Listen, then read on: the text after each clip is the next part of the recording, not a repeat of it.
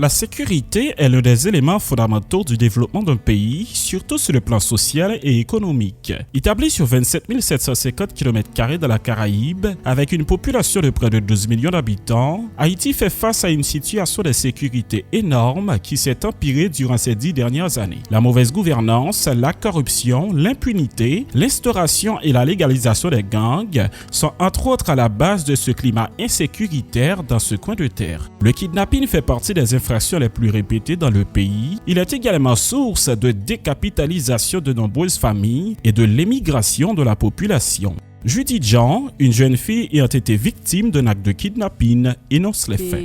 C'était un mardi. Je revenais du bureau avec quelques collègues. Nous étions à la rue Capois au Champ de Mars quand un pick-up blanc s'est interposé à notre véhicule. Ils ont monté la voiture, pointé leurs armes sur notre tête et ont fait descendre le chauffeur. Puis ils ont pris le contrôle du volant et sont partis avec nous. Nous avions pensé que nous allions rencontrer des policiers sur la route pour les bloquer, comme un sauveur qui allait nous secourir, mais ce n'était pas le cas, jusqu'à notre arrivée à l'endroit où on allait nous enfermer. Les personnes séquestrées subissent toujours des traitements inhumains des bandits et Judith Jean n'en est pas épargnée. Ils nous ont bousculés, ils nous ont tous enfermés comme des sardines. Nous avons trouvé d'autres personnes séquestrées dans l'espace et c'est alors que nous avons réalisé que c'était un kidnapping. C'était un moment noir. Nous étions tourmentés, nous avions pleuré, nous avons passé 5 jours et on ne nous a pas donné de nourriture. D'ailleurs, nous n'avions droit qu'à un sachet d'eau par jour lorsque le chef rentrait après une journée à l'extérieur.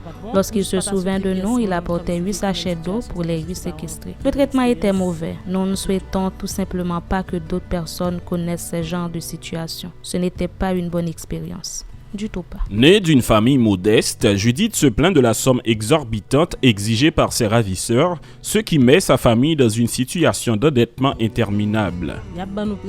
Ils nous intimidaient, ont appelé nos parents et leur ont exigé 5 millions de dollars américains pour nos 4 qui avaient été séquestrés. Ils étaient arrivés à 500 000 dollars. Lorsque j'ai été enfermée, je n'ai pas mangé durant les 5 jours et mes parents non plus.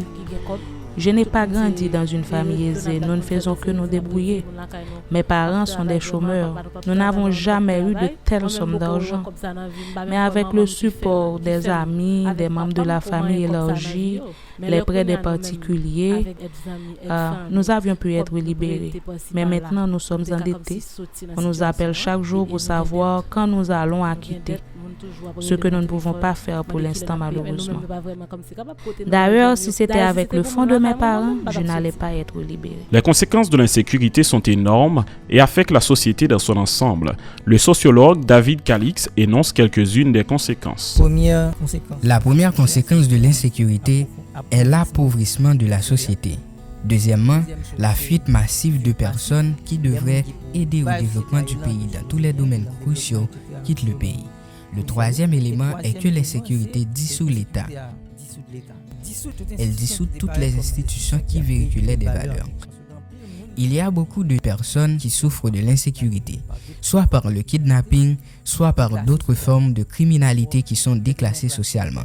Elles faisaient partie d'une certaine classe. Après un acte de kidnapping d'un proche d'elles-mêmes, l'argent qu'elles ont décaissé fait qu'elles sont endettées pour le reste de leur vie avec une somme d'argent qu'elles n'auront jamais. L'insécurité a une emprise totale sur l'économie haïtienne d'après l'économiste Enomi Germain qui affirme que le kidnapping est à la base de la décapitalisation et l'endettement de nombreuses familles haïtiennes.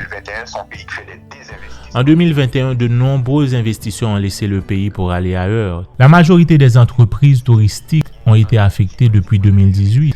Le coronavirus l'a fait et maintenant c'est l'insécurité. Le kidnapping est une caractéristique de l'insécurité. Par exemple, lorsqu'un proche ou un membre de la famille est kidnappé et qu'une rançon est demandée, cette personne, après sa libération, même si elle travaille toute sa vie, ne pourra jamais rembourser la somme.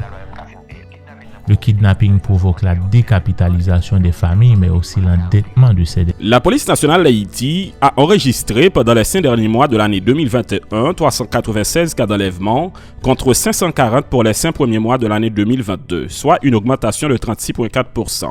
Si dans un temps, on ne parlait que de Cité Soleil et de Bel-Air, de nos jours, l'insécurité s'étend partout en Haïti touche toutes les couches sociales. On se demande alors que faire.